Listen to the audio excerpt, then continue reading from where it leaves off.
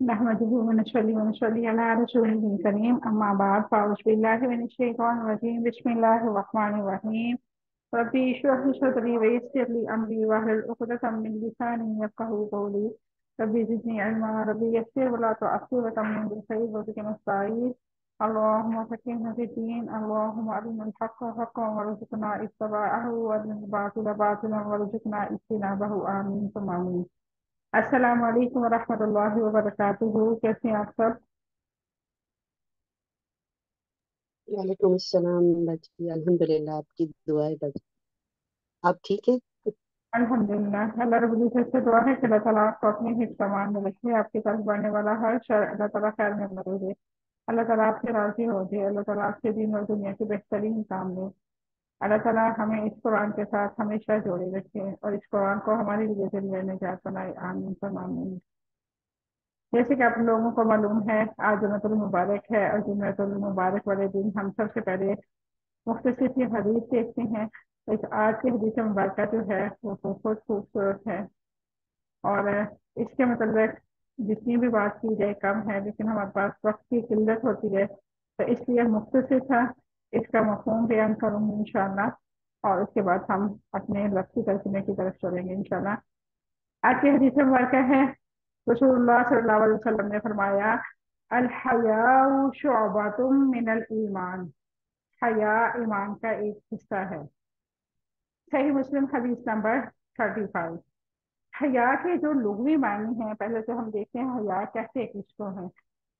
حیا کے لغوی معنی جو ہیں، پروقار شخصیت ہو، سنجیدہ مزاج ہو، اس میں بےہودگی نہ ہو، اور فحشی والی باتیں، بے حیائی والی باتیں اور فضولیات نہ ہوں، اس کو یعنی کہ حیا والا انسان کہتے ہیں، ٹھیک ہے۔ اب آگے ہے شعبۃ من الایمان، اس حدیث کا جو مفہوم ہے اس کو ہم دیکھتے ہیں۔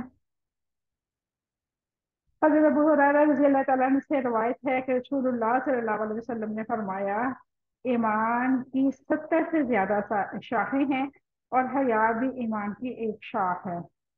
اس حدیث کو بہت ساری راویوں نے نقل کیا، یہ صحیح مسلم میں ہے، صحیح بخاری میں ہے، جامع ترمذی میں ہے، سنن ابی داؤد میں ہے، سنن نسائی میں ہے، سنن کبریٰ میں ہے، سنن صغریٰ میں ہے، سنن ابن ماجہ میں ہے، مشکوٰۃ المصابیح میں ہے، اور بھی الحمدللہ بہت ساری حدیثوں کی کتب ہیں، اس کے اندر یہ حدیث موجود ہے۔ آپ صلی اللہ علیہ وسلم نے فرمایا حیا کی ایمان کی 60 سے زیادہ شاخیں ہیں، اور حیا بھی ایمان کی ایک شاخ ہے۔ تو معلوم ہوا کہ ایمان کوئی جامع چیز نہیں ہے، یعنی کہ رکی ہوئی چیز نہیں ہے۔ ایمان کی جو شاخیں ہیں الحمدللہ بہت وسیع ہیں، اس کی مختلف شاخیں ہیں، ان شاخوں میں کمی بیشی کے اعتبار سے ایمان میں کمی بیشی نہیں کی جا سکتی، یعنی کہ فرض کریں کسی حدیث میں 60 ہے، کسی میں 70 ہے، یا کسی میں اس سے زیادہ ہے، تو ہماری جو ہے ایمان کا جو لمٹ ہے، ایمان کا ترازو ہے، پیمانہ ہے، وہ کم زیادہ نہیں ہوگا ہمارے لیے۔ وہ 70 ہوں، 20 ہوں، کتنی بھی ہوں، ہم نے اس پہ مکمل ایمان رکھنا ہے کہ جتنی بھی شاہیں ہیں اس پہ ہمارا مکمل یقین ہونا چاہیے۔ ایک روایت میں ہے کہ لا الہ الا اللہ کو ایمان کی اعلیٰ ترین شاخ، اور راستے سے رکاوٹ کو دور کرنا یا تکلیف دہ چیز کو دور کرنا ایمان کی ادنیٰ ترین شاخ قرار دیا ہے۔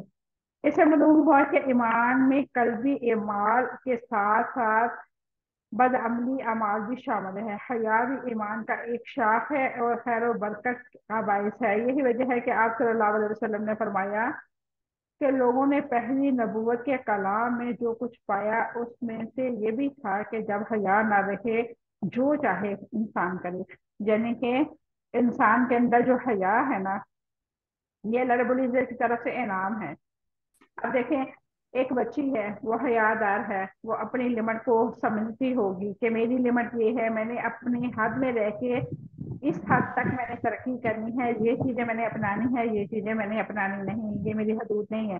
فرض کرے وہ کوئی ایسا ڈریس دیکھتی ہے جس میں اس کے جسم کے اعضاء نمایاں ہوں، تو وہ اس کو چھوڑ دے گی اس وجہ سے کہ یہ میری ذات کے لیے بہتر نہیں ہے۔ تو وہ کیا ہے؟ اس کی حیا ہے۔ اللہ تعالیٰ نے جو اس کو حیا والی نعمت عطا کی ہے، اس کو استعمال کرتے ہوئے اس بچی کو اللہ رب العزت کی طرف سے انعام جو ملا ہوا ہے حیا، اس کو استعمال کرتے ہوئے وہ اس چیز کو رد کرے گی کہ بے شک جتنا اچھا ڈریس ہے، جتنا بھی مہنگا ڈریس ہے، لیکن یہ میں نہیں پہن سکتی کیونکہ یہ میرے جسم کو واضح کرے گا، اور میری جو حیا دار ہے جگہ ہے، میری حیا ہے، وہ جو ہے بے پردہ ہوگی، تو اس لیے میں اس کو نہیں استعمال کروں گی۔ اب دوسری، اب یہ حیا کو دوسری حصے میں دیکھتے ہیں اچھائی کی طرح، تو اچھائی بھی اگر ہم یہ دیکھیں کہ حیا، اگر ہم یہ سمجھیں کہ حیا کریں گے، ہر چیز میں حیا ہونی چاہیے، تو پھر دین کا کام تو انسان کر ہی نہیں سکتا کہ میں کوئی ایسا مسائل پوچھتی ہوں یا شرعی کوئی عذر میرے ساتھ ہے تو میں اس کو ڈسکس نہیں کروں گی، تو میں کیا ہے کہ میں تو حیا دار ہوں، تو میں تو اس کو ذکر نہیں کروں گی، تو یہ کیا ہے، یہ حیا نہیں ہے، یہ اپنے لیے، یعنی کہ کہہ دیں کہ اپنے لیے نقصان دہ عمل ہے۔ دین میں حیا چیز نہیں ہے۔ اگر کوئی آپ کو ساتھ مسئلہ ہے، کوئی پریشانی ہے، کوئی ایسا مسئلہ ہے جو شرعی عذر والا ہے، یعنی کہ خواتین کے ریلیٹڈ ہے، خواتین کے متعلق کوئی ایسے چیزیں ہیں جیسے حیض نفاس ہو گیا، یا بچے کی پیدائش سے لے کے بچوں کو دودھ پلانا، یا خواتین کے ساتھ یعنی کہ ہسبینڈ وائف کے مسائل ہو گئے، تو کچھ ہمارے ایسی خواتین ہوتی ہیں کہ شرم کی وجہ سے ایسے مسائل پوچھتی ہی نہیں ہے کہ نہیں جی ہم حیادہ ہے، لوگ کیا سوچیں گے کہ یہ تو اتنی بے باک ہے، اس طرح کے مسئلے ڈسکس کر رہی ہیں۔ اور یہ چیز جو ہے ہمارے اندر اس قدر ہے کہ ہماری بچیوں کو ابھی تک غسل کے مسائل کا پتہ نہیں ہوتا، ہم اپنی بچیوں کو نہیں بتا رہے ہوتے، ہمیں خود تو جو تھوڑا بہت پتا ہوتا ہے، ہم اس شرم اور اپنی وہ حیا کا جو ایک ہم نے اوپر کھول چڑھایا ہوتا ہے کہ نہیں ہم بچوں کو کیا بتائیں گے، اپنے بچوں کے ساتھ ایسی باتیں کرتے ہوئے ہمیں شرم آتی ہے تو ہم نے یہ بات نہیں بتانی، تو ہماری بچیاں جو ہیں سسرال جا کے باتیں بھی سنتی ہیں اور تذلیل بھی کرواتی ہیں، کیونکہ انہیں پتہ ہی نہیں ہوتا، انہیں غسل کے جو فرائض ہیں ان کا پتہ نہیں ہوتا، انہیں یہ نہیں پتا ہوتا ہسبینڈ وائف کے تعلقات کس طرح کے ہوتے ہیں، انہیں یہ نہیں پتا ہوتا کہ کون سی چیز انہوں نے کس طرح کرنی ہے، کیونکہ دین جو ہے اس میں کوئی بھی مسئلہ ہے نا وہ ڈسکس کرنے سے حل ہوتا ہے۔ حضرت عائشہ رضی اللہ تعالیٰ عنہ خواتین کو مسائل بتاتی ہوتی تھی، اور کبھی بھی انہوں نے کوئی ایسی بات کو نہیں چھپایا تھا جو ایسی ہو کہ مثلاً کہ حیا کے لمٹ میں وہ لے کے آ جائیں اور کہیں کہ یہ تو شرعی عذر ہے تو میں اب کسی کو بتاؤں گی تو مجھے خود شرم آ رہی ہے۔ انہوں نے حتیٰ کہ نبی کریم صلی اللہ علیہ وسلم اور ان کی ذات کے ساتھ ان کا یعنی کہ ازواجی جو زندگی تھی وہ بھی انہوں نے لوگوں کے سامنے کھول کے رکھی، تاکہ کوئی ایسا مسئلہ یا مسائل کوئی ان کے پیش آ رہا ہے کسی جاننے والے کو یا آنے والی لوگوں میں سے کسی کو ایسا مسئلہ پیش آ رہا ہے تو ان کو دقت نہ ہو۔ تو نبی کریم صلی اللہ علیہ وسلم کی حدیث مبارکہ کے مطابق حیا جو ہے اچھی چیزوں میں حیا جو ہے وہ نہیں کرنی چاہیے، بے حیائی والے کام یہ ہے کہ ہم فضول گوئی کریں، بیہودہ لباس پہنیں، فحشی چیزوں کی طرف راغب ہوں، فحش گوئی کریں، اور ایسے اعمال کو فخر سے کریں جو ہماری ذات کی نفی کرتا ہو۔ ایک لڑکی جو ہوتی ہے اس کی عزت جو ہوتی ہے نا وہ اس کے لباس سے، اس کے بولنے سے، اس کے اخلاق سے ظاہر ہوتی ہے۔ حیادار بچی جو ہوتی ہے نا وہ اگر کوئی ایسا مسائل پوچھتی بھی ہے تو وہ بڑی عزت احترام کے ساتھ، بڑے ادب احترام کے ساتھ اس چیز کو ڈسکس کرتی ہے، نہ کہ ایک ہوتا ہے نا انسان انجوائمنٹ کے لیے اور اس چیز کو ہائی لائٹ کر کے کہ یہ کیسے ہوتا ہے، ہسبینڈ وائف کے تعلقات کو ایسے کیوں کرے ویسے کیوں کرے۔ جائز رشتے کے بارے میں پوچھنے میں کوئی شرم نہیں ہے، اگر آپ میرڈ ہیں، آپ کے ساتھ کوئی ایسا مسئلہ ہے تو آپ ڈسکس اسے کریں، لازمی کریں، کیونکہ ناپاکی والی زندگی سے بہتر ہے کہ انسان کسی سے پوچھ کے اپنی زندگی کو صاف ستھری اور حیادار بنا لے۔ الحمدللہ اللہ رب العزت سے دعا ہے کہ اللہ تعالیٰ ہمیں صحیح معنوں میں دین کی سمجھ عطا فرمائے اور ہمیں نبی کریم صلی اللہ علیہ وسلم کی اسوہ پہ چلنے کی توفیق عطا فرمائے۔ ہمارے پاس ٹائم بہت کم ہے، اس وجہ سے یہ حدیث جو ہے مختصر سی بیان کی جا سکی مجھ سے، मजीद इसमें बहुत कुछ बातें बताने वाली हैं, लेकिन इंशाल्लाह कभी वक्त हुआ तो जरूर इसको फिर दोबारा से हम डिस्कस करेंगे। अब चलते हैं अपने लफ्ज़ी तर्जमे की तरफ। अऊज़ु बिल्लाहि मिनश शैतानिर रजीम, बिस्मिल्लाहिर रहमानिर रहीम। अफततमऊना, क्या तुम तमा रखते हो, ऐन युमिनु के वो ईमान ले आएंगे, लकुम तुम्हारे लिए, वक़द हलाना के यकीनन काना हमेशा से हैं, फरीकुम एक ग्रोह मिनकुम उनमें से, यस्माऊना वो सुनते हैं, कलाम अल्लाही अल्लाह ताला के कलाम को, सुम्मा फिर युहर्रिफूनहु बदल देते हैं उसको, मिन बाद इसके बाद, माँ जो अकलूहु वो उसको समझ लेते हैं, वहुम यालमून और वो जानते हैं।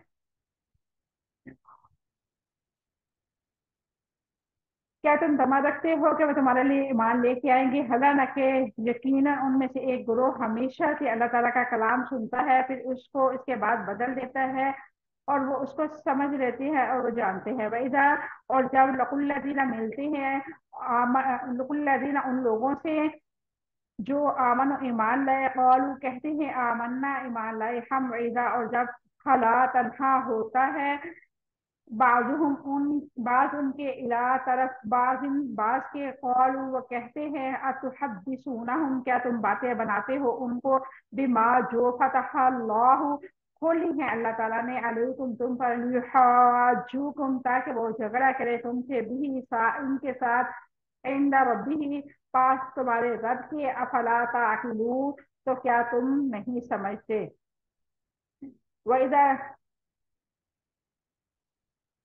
और जब मिलते हैं उन लोगों से जो ईमान लाते हैं तो कहते हैं हम ईमान लाए, और जब बाद उनके बाद की तरफ तन्हा होते हैं तो कहते हैं तक तुम उनकी वो बातें बताते हो जो तुम्हें पर अल्लाह ताला ने खोल दी हैं, ताकि तुम उनके साथ तुम्हारे रब के पास झगड़ा करे, तो क्या तुम समझते नहीं। अवला यालमूना, क्या नहीं, यालमून वो जानते, यकीनल्लाह यकीनन अल्लाह ताला, यालमून जानता है, माँ जो कुछ यस्रुना वो छुपाते हैं, और माँ और जो कुछ युलिनून वो जाहिर करते हैं। क्या वो नहीं जानते, यकीनन अल्लाह ताला जानता है जो कुछ वो छुपाते हैं और जो कुछ वो जाहिर करते हैं। अल्हम्दुलिल्लाह, ये हमारी आज की 3 आयत थी। अब हम इसके रूल वर्ड देखते हैं। अब तुम आउना, क्या तुम तमा रखते हो, तो मीम आइन इसका रूल वर्ड है, फरीकुन एक करो, फारा काफ इसका रूल वर्ड है, यस्माउना सुनते हैं, सीन मीम आइन इसका रूल वर्ड है, युहर्रिफूनहु बदल देते हैं उसको, हाराफा इसका रूल वर्ड है, अकलूहु वो इसको समझ लेते हैं, ऐन काफ लाम इसका रूट वर्ड है, लकू मिलते हैं, लाम काफ या इसका रूट वर्ड है, खला तन्हा होता है, लाम वाओ इसका रूट वर्ड है, अतुहद्दिसूनहुम क्या तुम बातें बनाते हो उनको, हादासा इसका रूट वर्ड है, फातहा खोली है, फातहा इसका रूट वर्ड है, लियुहाज्जुकुम ताकि वो झगड़ा करे तुमसे, हाजिम जीम इसका रूट वर्ड है, यशुर्रूना वो छुपाते हैं, सीन रारा इसका रूट वर्ड है, युलिनून वो जाहिर करते हैं, ऐन लाम नून इसका रूट वर्ड है। ये थे हमारे रूट वर्ड। अब मुख्तसर से हम तफसील इंशाल्लाह देखते हैं।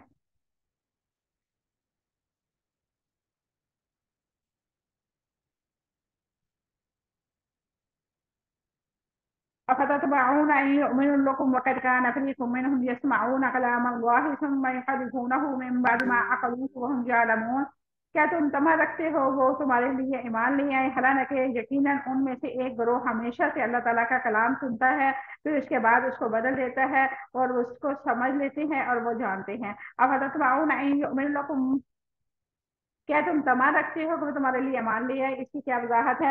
ये आयत अंसार के बारे में नाज़िल हुई जो यहूदी के खलीफ थे, उनके दरमियान रज़ात और हमसायगी थी, और वो चाहते थे कि काश यहूदी इस्लाम ले आए। उन पर अल्लाह ताला ने ये आयत नाज़िल फरमाई। अल्लाह ताला ने अहले किताब के बारे में ईमान वालों की उम्मीदों को खत्म कर दिया कि तुम ईमान का तमा ना रखो। इनके तर्ज अमल तो ऐसा है कि उनके ईमान की उम्मीद नहीं रखी जा सकती।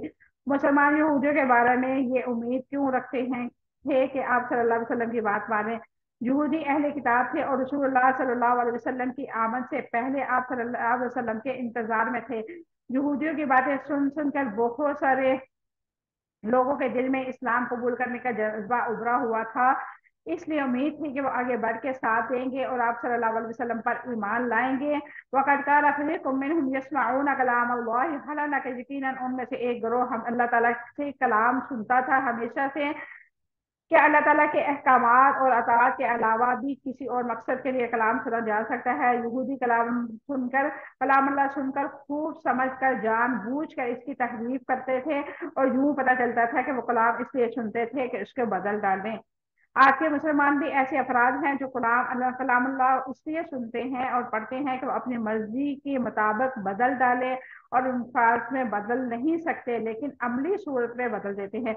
आज के दौर में भी ऐसा बहुत सारे लोग हैं। अभी मैं कुछ दिन पहले एक यूट्यूब पे एक क्लिप देख रही थी, और जो मुझे इंतहाई अफसोस हुआ ना वो देख के।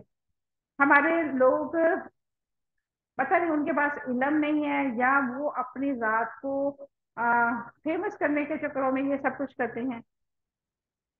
एक उसने आयत पढ़ी और वसीले के हवाले से उसने वहां पे बात की कि कहते हैं कि मुर्दों का वसीला नहीं लेना चाहिए। और उसने जो आयत पढ़ी उसका जो मायने था वो ये था कि वसीला जो है उसकी तफसीर हमने अल्हम्दुलिल्लाह पढ़ी हुई है। उसके वसीला यानी कि हम किस तरह वसीला ले सकते हैं, वसीला लेने के तरीके नबी करीम सल्लल्लाहु अलैहि वसल्लम ने अहदीस मुबारका में बड़ी वजाहत के साथ फरमाया है कि जिंदा लोग की वसीला ली जा सकती है, और अपने वालिदैन से दुआ करवाई जा सकती है, और उन लोगों से दुआ करवाई जा सकती है जो यानी कि गरीब हैं, मुस्तहिक हैं, आप उनको सदका खैरात करते हैं तो उनको दुआ के लिए बोलें। तो इस तरह वसीले जो थे जिंदा लोगों के साथ रिलेटेड थे। सभी हदीस का मफहूम मुख्तसर से मैं आप लोगों को बता रही हूँ। तो उसने वहां पे ये बात की हुई कि ये देखें कुरान पाक की आयत, ये वसीला है, इसका मतलब यही है कि हम फौज शुदगान का वसीला बना के दुआ मांग सकते हैं। तो इस तरह की चीजें जो हम जब देखते हैं तो हमें कुरान पाक की ऐसी आयत का मतलब पता चलता है कि यहाँ पे जैसे यहाँ पे लिखा हुआ है कि वो लोग कुरान पाक इसलिए पढ़ते और सुनते थे ताकि उनको अपनी मर्जी के मुताबिक उनका मायने मफहूम बना सकें। तो हमारे यहाँ भी ये रिवाज आम हो चुका है कि जो कोई उठता है जिसको थोड़ा सा, जिसकी आवाज प्यारी है या थोड़ा सा जिसको बोलने का ढंग आता है, तो वो उठ के क्या करता है कि कुरान पाक पे दर्स देना शुरू हो जाता है। ना उसे पता होता है कि कुरान पाक की कौन सी आयत का क्या मतलब है, इसका मायने मफहूम क्या है, ये नजूल किस लिए हुई थी, इसके शान नजूल क्या है। इन चीजों को छोड़ के बस वो अपनी पेट पूजा के चक्करों में कुरान पाक को अमली तौर पे बदलने की कोशिश में लगे हुए हैं। अल्लाह ताला हदायत दे हम सबको। फिर इसके बाद उसको बदल देते हैं और वो उसे समझ लेते हैं। किताबुल्लाह को समझ लेने के बाद उसकी तरलीफ करने से क्या मुराद है। यहूदी किताबुल्लाह को समझ कर जानबूझ कर उसके मानी में तहरीफ करते थे। तहरीफ कहते हैं किताबुल्लाह के अहकामात को बदल डालना, चाहे उसके अल्फाज बदले जाए, मानी बदले जाए, उसकी तफसीर बदली जाए। तहरीफ की जाती है कि हराम को हलाल, हलाल को हराम, हक को बातिल और बातिल को हक बताना। यानी कि तहरीफ का मतलब ये होता है कि जहां भी जो आयत हमें अपनी मर्जी के मुताबिक नहीं मिल रही, हम उसको क्या करें, और तहरीफ करके उसको बदल के, यानी कि कहने के एक शरई उज़र निकाल लें कि ये जो चीज है तो ऐसे ही, लेकिन इसका जो पस मंजर है वो कुछ यूं था, ये उनके लिए थी, हमारे लिए नहीं है। ये उस टाइम के यहूदियों के लिए थी, या उस टाइम के नसरानियों के लिए थी, या उस टाइम के मुशरिकीन मक्का के लिए थी, ये हमारे लिए नहीं है। इस तरह की बातें करके उन आयात का मायने मफहूम का रुख दूसरी तरफ फेर देना। किताबुल्लाह की तहरीफ क्यों की जाती है? किताबुल्लाह की तहरीफ इसलिए की जाती है कि ख्वाहिशात पूरी की जा सके। यूं अल्लाह ताला के दीन की ख्वाहिशात का दीन बना लेना। क्या आज भी तहरीफ होती है? कुरान मजीद की हिफाजत का जिम्मा अल्लाह रब्बुल इज्जत ने लिया है। अल्फाज में तब्दीली करना तो मुमकिन नहीं, लेकिन अल्फाज के मायने और मफहूम बदलने का काम आज भी जारी है। दीनी बुनियाद की तस्वुरात को अपनी ख्वाहिशात के मुताबिक बदलने की कोशिश की जा रही है। मिसाल के तौर पे शिरक का मफहूम, नबी करीम सल्लल्लाहु अलैहि वसल्लम की हदीस, आखिरत की कामयाबी का अकीदा, पर्दे के अहकामात, हलाल और हराम के अहकामात, सूद के अहकामात। अब देखिए हमारे मुल्क पाकिस्तान में सूद जो है आम है, जबकि सूद के बारे में इतनी सख्त वाइड है कि इसका सबसे कम तक जो दर्जा है अपनी माँ के साथ 70 दफा जो है जना करने के मुतरादिफ है। तो सोचिए कि कितना बड़ा गुनाह है। लेकिन हमारे यहाँ सूदी कारोबार होता है। तो ऐसे बहुत सारे अहकामात हैं जिनको हमारे उम्मत मुस्लिमा में भी बदलने की कोशिश की है। वहम यालमून, वो जानते हैं कि अल्लाह ताला ने किस हकीकत की निशानदही की है। तो यहूदी तौरात को सुनने समझने के बावजूद उसे बदल डालते थे। अल्लाह ताला ने वहम यालमून से तवज्जो दिलाई है कि ये वो हरकत समझ कर, सोच कर और जानबूझ के इरादे से करते थे, और ये जानते हुए भी करते थे कि अल्लाह ताला की किताब में तहरीफ है। एक चीज होती है कि इंसान को बोलते हुए कोई अल्फाज की कमी पेशी हो जाए, ये इरादतन नहीं होता। कोई अल्फाज बोलते हुए उसकी जबान लड़खड़ा गई है और वो उसने अल्फाज का मायने थोड़ा सा बदल दिया है, ये तहरीफ करना नहीं होता। ठीक है। एक होता है कि इंसान अपने माइंड में ये चीज बैठा ले कि ये लफ्ज जो है ये मेरी मिजाज के खिलाफ है, ये जो अहकाम है मेरे मिजाज के खिलाफ है, अब इसको थोड़ा सा बदल के इस तरह पेश लोगों को करूं कि लोग मुझ पे सवाल ना करें कि मौलवी साहब या बाजी आप तो ये खुद काम करती हैं, तो हमें क्यों ये इस बात पे रोक रही हैं। तो इस तरह जैसे देखें, बहुत सारी आलमा मैंने देखी हैं। अब तो सोशल मीडिया का लेवल है, आप लोग भी देखते होंगे कि वो हिजाब तो करती हैं लेकिन मुंह को छुपाती नहीं है। और ऐसी जब आयत आती है तो वो उज़र के तौर पे कुछ और पेश करके बताती है कि नहीं जी, इस कदर सख्ती नहीं है, तो इसको ऐसे नहीं तो वैसे है। जबकि उनको अच्छी तरह पता है कि किस तरह अल्लाह रब्बुल इज्जत ने औरत को अपने आप को छुपाने का हुक्म दिया है। इनकी चालबाजियां मुनाफत और फ़रेबकारी ही की तरफ निशानदी की गई है। ये वो लोग हैं जो जानबूझ के हक को छुपाते हैं और तहरीफ करते हैं ऐसे लोगों से जो अपनी किताब को वो बाइसे शर्फ समझते हैं और उसे बदल डालते हैं कि कैसी तफीक की जा सकती है कि वह मान लाएंगे। वइज़ा लकुल्लज़ीन आमनु क़ालू आमन्ना वइज़ा खला बअदुहुम इला बअदिन क़ालू तुहद्दिसूनहुम बिमा फ़तहल्लाहु अलैकुम युहाज्जुकुम बिही इंदा रब्बिकुम अफ़ला ताक़िलून। और जब उन लोगों से मिलते हैं जो ईमान लाते हैं तो वो कहते हैं हम ईमान लाए, और बाद उनके जब बाद की तरफ तनहा होते हैं तो कहते हैं हम, क्या तुम उन्हें वो बातें बताते हो जो अल्लाह ताला ने तुम पे खोली हैं ताकि वो उनके साथ तुम्हारे रब के सामने पेश होकर तुमसे झगड़ा करे। क्या तुम समझते नहीं। वइज़ा लकुल्लज़ीना आमनु क़ालू आमन्ना वइज़ा खला वइज़ा क़ालू आमन्ना, जब मिलते हैं उन लोगों से जो ईमान लाए वो कहते हैं हम ईमान लाए, इसकी क्या वजाहत है। यानी कि जब ईमान वालों से ये कहते हैं कि हम ईमान लाए तो महज जबान का इजहार कर रहे होते हैं, कि जब ईमान उनके दिल में नहीं होता। وإذا خلا بعضهم إلى بعض قالوا أتحدثنا عما فتح الله عليكم يحاجوكم به عند ربكم أفلا تعقلون। और जब बात उनके बात की तरफ तनहा होती है तो कहते हैं क्या तुम उन्हें वो बातें बताते हो जो अल्लाह ताला ने तुम पर खोली हैं ताकि उनके साथ तुम्हारे रब के पास तुमसे झगड़ा करें। तो क्या तुम समझते नहीं हो, इसकी क्या वजाहत है। वेजा खला बादुम इला बादिन कालू, जब अकेले होते हैं यहूदियों से मिलते हैं तो दूसरे यहूदी जो होते हैं उनसे कहते हैं अतहद्दिसूना बिमा फतहल्लाहु, क्या तुम उन्हें वो बातें बताते हो जो अल्लाह ताला ने तुम पे खोली हैं। क्या तुम उनके सामने ईमान का इजहार करते हो कि रसूलुल्लाह सल्लल्लाहु अलैहि वसल्लम की तस्दीक करते हो। जब अहले ईमान के पास जाते हो तो वो कहते हैं कि रसूल आपके रसूल हैं हमारे नहीं हैं। जब वो आपस में बैठते हैं तो कहते हैं उनके सामने अपने ईमान का इजहार करते हैं, ये चीजें उनके लिए खिलाफ हुज्जत बन जाएगी। अहले ईमान अपने रब के हाँ तुम्हारे खिलाफ दलील देंगे, और वो एक दूसरे को मलामत करते हैं कि अदियों को इस किस्म की बातें क्यों करते हो इन बातों से, तो वो तुम पर गालब आ जाएंगे, क़यामत के दिन वो तुम्हें लाजवाब कर देंगे। आखिर हम अल्लाह ताला के रसूल की तलाश में उनके इलाके में आए, तुम इनके उस रसूल के लिए दुआ करते थे, और वो आए तो तुमने अदियों के साथ झगड़ कर तौरात को तुमने अपने तौरात में तुमने नबी करीम सल्लल्लाहु अलैहि वसल्लम को उम्मी की पैरवी का अहद लिया था, और अब रसूलुल्लाह सल्लल्लाहु अलैहि वसल्लम को मुसलमान से कहता है कि वो ही नबी है। तो जिसकी खबर तुम्हें तौरात में दी, यहूदी जिसके इंतजार में थे, अगर वो बातें उन्हें बता देते तो अल्लाह ताला तुम पर खोली थी, वो अपने रब के सामने हुजूर जरूर तुमसे झगड़ा करेंगे। तुम इस नबी की रिसालत के इनकार करते हो और उस पर वो गालब ना आने दो। अफला ताकिलून, क्या तुम नहीं समझते, क्या तुम्हें इसकी इस बात की समझ नहीं है कि वो उन्हें وہ باتیں بتا رہے ہیں جو تمہارے خلاف حجت بن سکتی ہے، یعنی کہ جو یہودی پکے یہودی تھے وہ دوسرے یہودیوں کو یہ کہتے تھے جو مسلمانوں کے ساتھ مل کے کبھی وہ ایمان کا تذکرہ کرتے تھے، تو وہ ان کو سمجھا رہے ہیں کہ آپ لوگ ایسے نہ کرو، روزے قیامت بھی آپ پکڑے جاؤ گے اور اب بھی تم لوگوں کا جو راز ہے وہ کھل سکتا ہے۔ یہودی ایمان والوں کے ساتھ اپنے ایمان کا اظہار کیوں کرنا چاہتے تھے؟ مدینہ میں نبی کریم صلی اللہ علیہ وسلم کی آمد کے بعد آپ صلی اللہ علیہ وسلم کو ریاست کا سربراہ تسلیم کر لیا گیا۔ یہودی اس ریاست کے اندر رہتے تھے، مسلمانوں کے ساتھ بنا کر رکھنا مجبور تھے کیونکہ اس صورت میں ان کے مفادات محفوظ رہ سکتے تھے۔ اب اسی مفاد پرستی کی وجہ سے وہ ایمان والوں کے سامنے اپنے آپ کو ایمان والا ظاہر کرتے تھے۔ کون سی بات تھی کہ مسلمانوں کے سامنے کھولنے اور ایک دوسرے کو روکتے تھے؟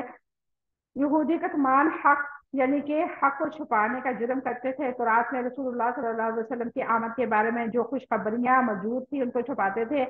یہودی ان احکامات کو چھپاتے تھے جن میں نبی کریم صلی اللہ علیہ وسلم کے ساتھ دینے کا حکم تھا۔ افلا یعلمون ان اللہ یعلم ما یسرون و ما یعلنون، کیا وہ نہیں جانتے؟ یقیناً اللہ تعالیٰ جانتا ہے جو کچھ وہ چھپاتے ہیں، جو کچھ ظاہر کرتے ہیں۔ اولا یعلمون ان اللہ یعلم ما یسرون و ما یعلنون، اس کی وضاحت کریں۔ اللہ تعالیٰ نے اس آیت کے ذریعے بنی اسرائیل کے عقیدے کی خرابی کی نشاندہی کی ہے، اور چند ان کے عقائد کو چھپاتے ہیں ان کے مابین معروف ہیں اور ظاہر میں مبتلا ہے، انہوں نے اپنے عقائد کو چھپایا ہوا ہے تاکہ یہ چیز اہل ایمان کی طرف حجت نہ بنے، تاہم وہ اس بارے میں غلطی پر ہیں کہ وہ بڑی جہالت میں مبتلا ہے، کیونکہ ان پر ظاہر و باطن خوب جانتا ہے۔ اس کے بارے میں جو بندہ جو کچھ کرتا ہے اللہ تعالیٰ اس کو وہ ظاہر کرنے والا ہے۔ یہ تھی آج کی ہماری آیات۔ اللہ رب العزت سے دعا ہے کہ اللہ تعالیٰ ہمیں حق اور سچ بیان کرنے کی توفیق عطا فرمائے۔ اللہ تعالیٰ ہمیں ایسے لوگوں کے جو ہے دوستیاں نصیب کرے جو ایمان والے ہیں، اور ایسے لوگوں سے بچا کے رکھے جو دل میں منافقت رکھتے ہیں۔ اللہ تعالیٰ ہمارا ایمان میں خاتمہ فرمائے۔ اللہ تعالیٰ ہمیں اس قرآن کے ساتھ ہمیشہ جوڑے رکھے، ہم جب اس دنیا سے جائیں تو ہمارا طالب علمی والا دور ہو، اور اللہ رب العزت ہماری آخرت اور دنیا دونوں سنوار دے۔ آمین ثم آمین۔ وآخر دعوانا ان الحمد للہ رب العالمین۔ سبحان ربک رب العزت عما یصفون وسلام علی المرسلین والحمد للہ رب العالمین۔ السلام علیکم ورحمۃ اللہ وبرکاتہ۔